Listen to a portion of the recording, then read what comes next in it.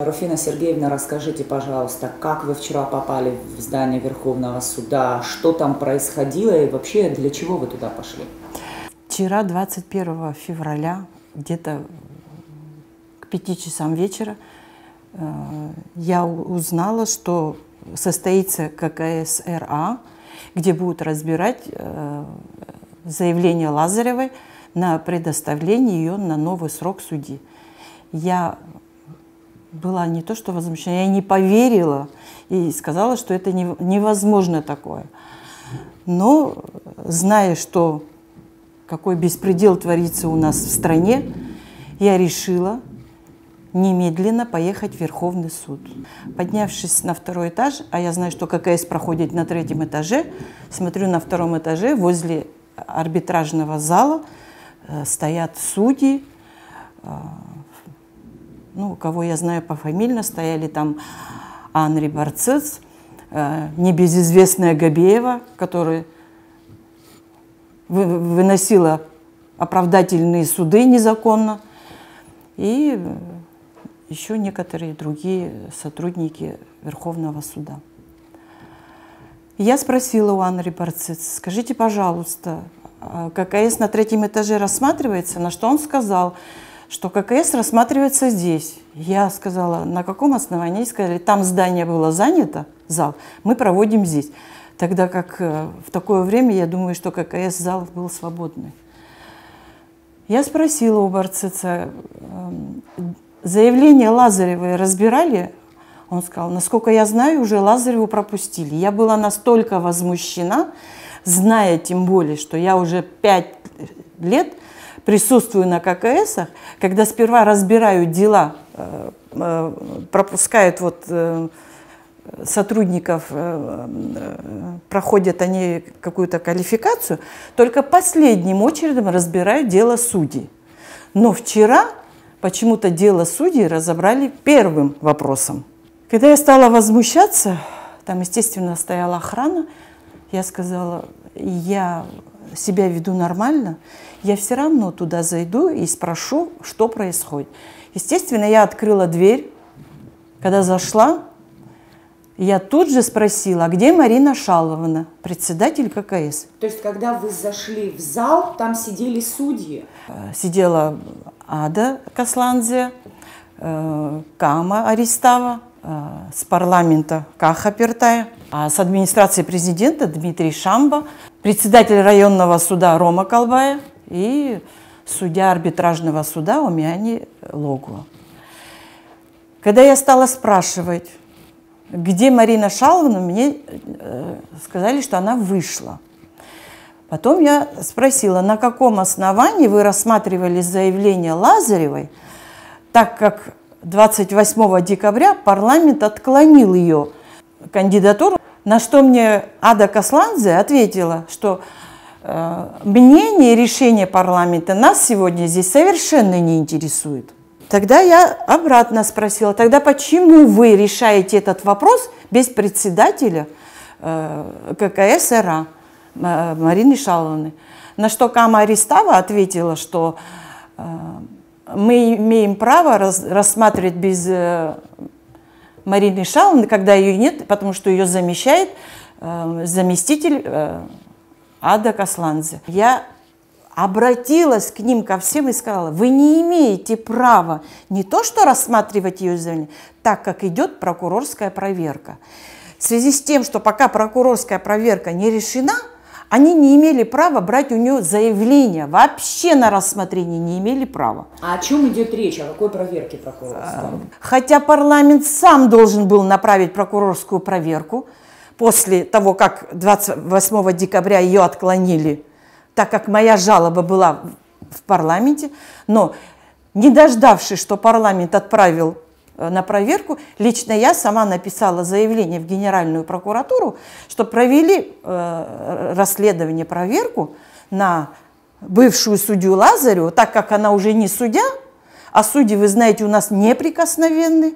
И я написала заявление, что провели расследование по 3 статьям. По 3 статьям, которые действительно подтвердили мне в прокуратуре, что подходит к ней Первое. Состав преступления. Подлог документов выносило незаконные решения суда. Мошенничество и превышение полномочий должностного лица. Так как в октябре месяце небезызвестная Бела Хасая, когда уезжала в отпуск, зная, что Лазарева уже не судья, у нее полномочия закончились 31 июля 2018 года, она назначила ее председателем городского суда, и тем самым Лазарева не только выносила решение суда, она также ставила резолюции на исках другим судьям. Насколько я знаю, что это тоже незаконно. Незаконно и то, что я не хотела это пока озвучивать, но уже я вынуждена все озвучивать. Почему? Потому что помимо моего уголовного дела и 2 гражданских, что я предоставила в Генеральную прокуратуру, я достоверно знаю, что она вынесла 5 уголовных дел, которые сидят в тюрьме, люди незаконно. Приговоров? Приговоры вынесены Лазаревой, не будучи уже судьей, после 31 июля, находятся в тюрьме незаконно. Меня везде обманывают, все поступает все со мной незаконно. И это не впервые, это длится с 2013 года. Я начала от бывшего президента Анткваба, и срок президента Хаджинова уже прошел, но никакого закона и справедливости я не добилась. Везде, во всех судах, начиная от городского, верховного, везде идет коррупция.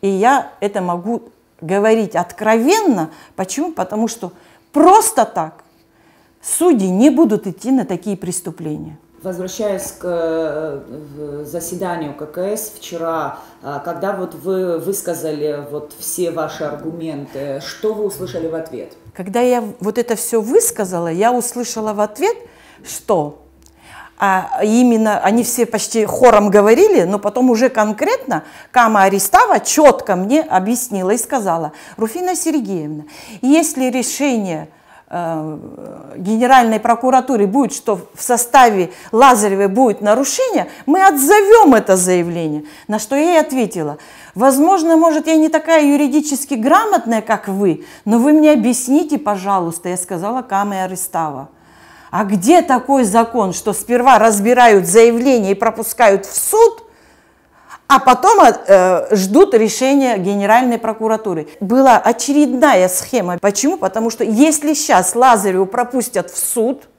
она уже будет неприкосновенна, и автоматически Генеральная прокуратура должна завершить свое расследование, так как судьи у нас неприкосновенны.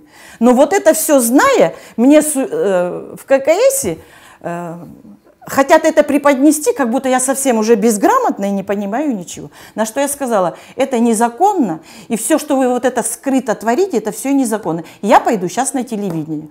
Я вот в таком состоянии в 6 часов вечера бегом побежала в Абазу. Операторов ни одного человека уже не было, были корреспонденты, на что мне корреспондент Зантари ответил, что мы можем сейчас сделать. Если мы сейчас туда пойдем, у нас нет ни одного оператора, говорит.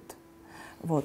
Но я, говорит, утром все это сообщу, говорит, и мы примем меры. Я сказала, я попросила их и сказала: прежде чем вы будете меры принимать, я прошу вас, вы проведите свое расследование сперва в ККС АРА и в Генеральной прокуратуре. Почему? Потому что после того, когда я вернулась с телевидения Абазы, я обратно вернулась в Верховный суд. Да. Потому что там же еще стояли же судьи, которые должны были пройти, я не знаю, класс в чине или что, как там у них происходит.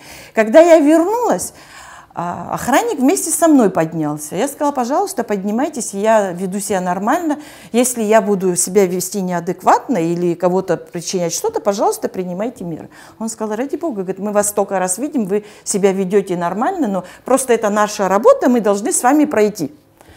Мы, когда с ним подошли к дверям, не только я, даже он слышал, я слышала снутри, что один из мужского голоса говорил, на таком повышенном тоне он говорил: а что, я разве мог подумать, что она сегодня придет сюда?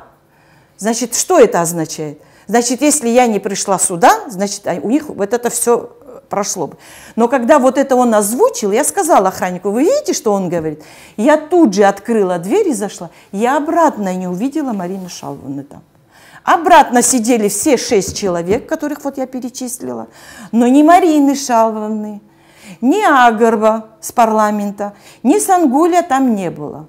Когда я сказала, что вот вам повезло, что не было оператора, но я это так не оставлю, и вы тут сидите, еще обсуждаете, вы не ждали меня, так как это можно сказать, что у вас по закону?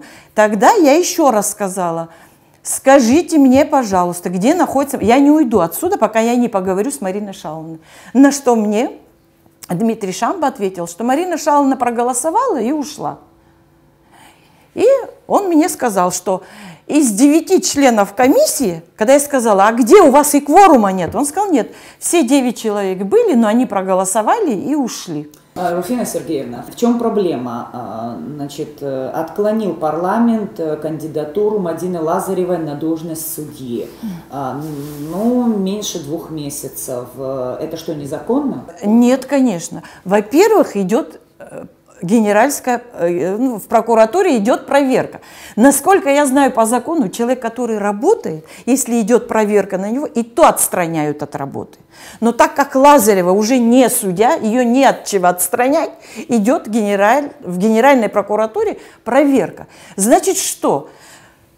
Та же Мадина Лазарева, тот же ККС должен был дождаться решения. Может, вообще и медаль там дали бы, я не знаю, как вынесла бы Генеральная прокуратура.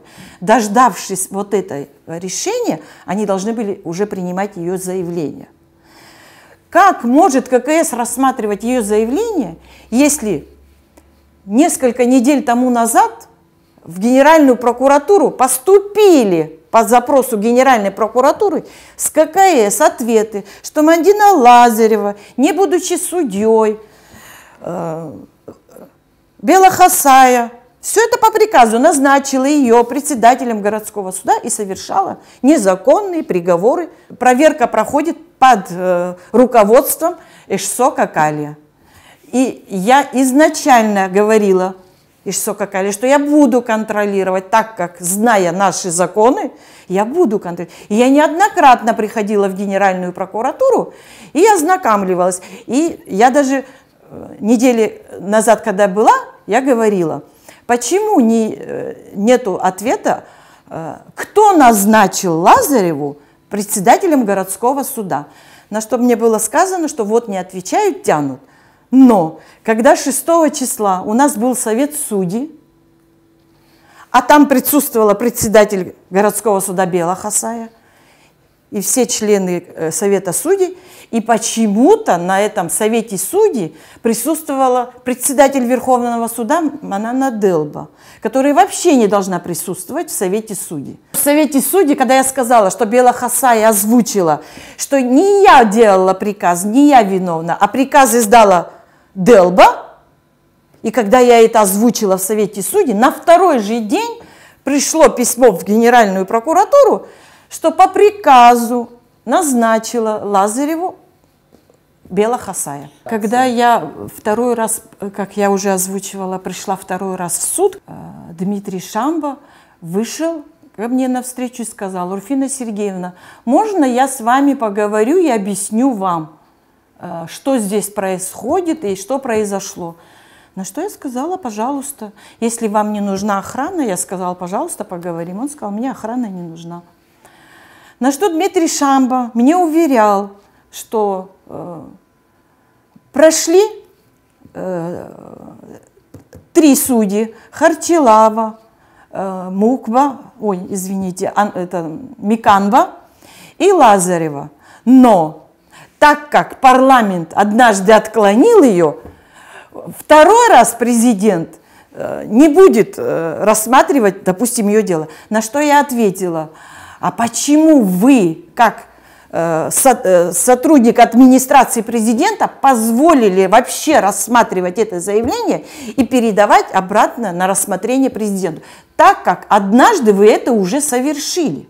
Почему? Потому что однажды, я говорю, в ноябре месяце, когда в ККС рассматривалось Лазаревое дело, неоднократно ее нарушения отменяли, тот же Дмитрий Шамба, ее же документы, зная, что она совершила, я считаю, преступление, вынося незаконные решения суда, он однажды уже предоставил все документы президенту. Хотя я писала жалобу президенту, но я думаю, что мои жалобы и заявления не доходят до президента, потому что я на них не получаю ответа. На протяжении уже 5 лет ни на одно мое заявление я не получаю ответы. Получается как замкнутый круг.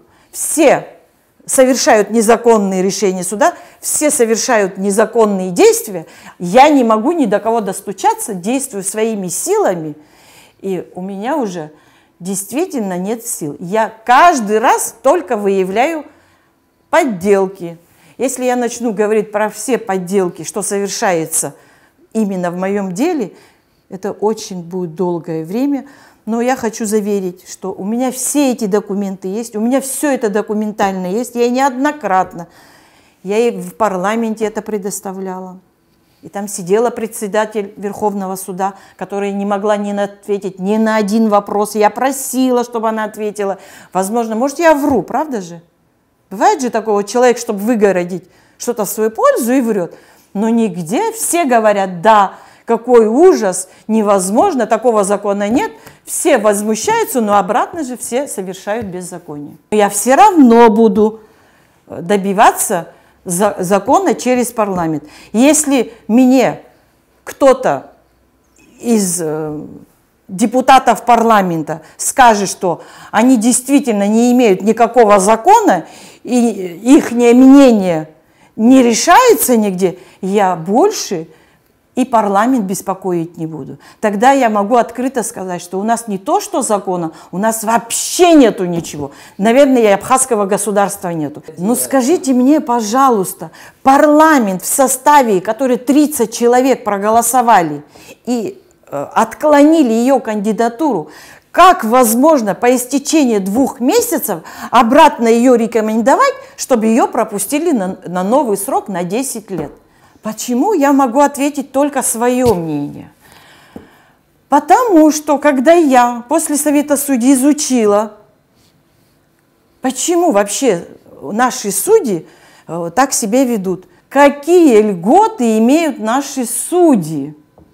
Вот вы представляете, мы пенсионеры, которые живем на пенсии, они, получая от 60 тысяч до 100 тысяч зарплаты, имеют такие льготы. 50% платят за свет, за воду, за все.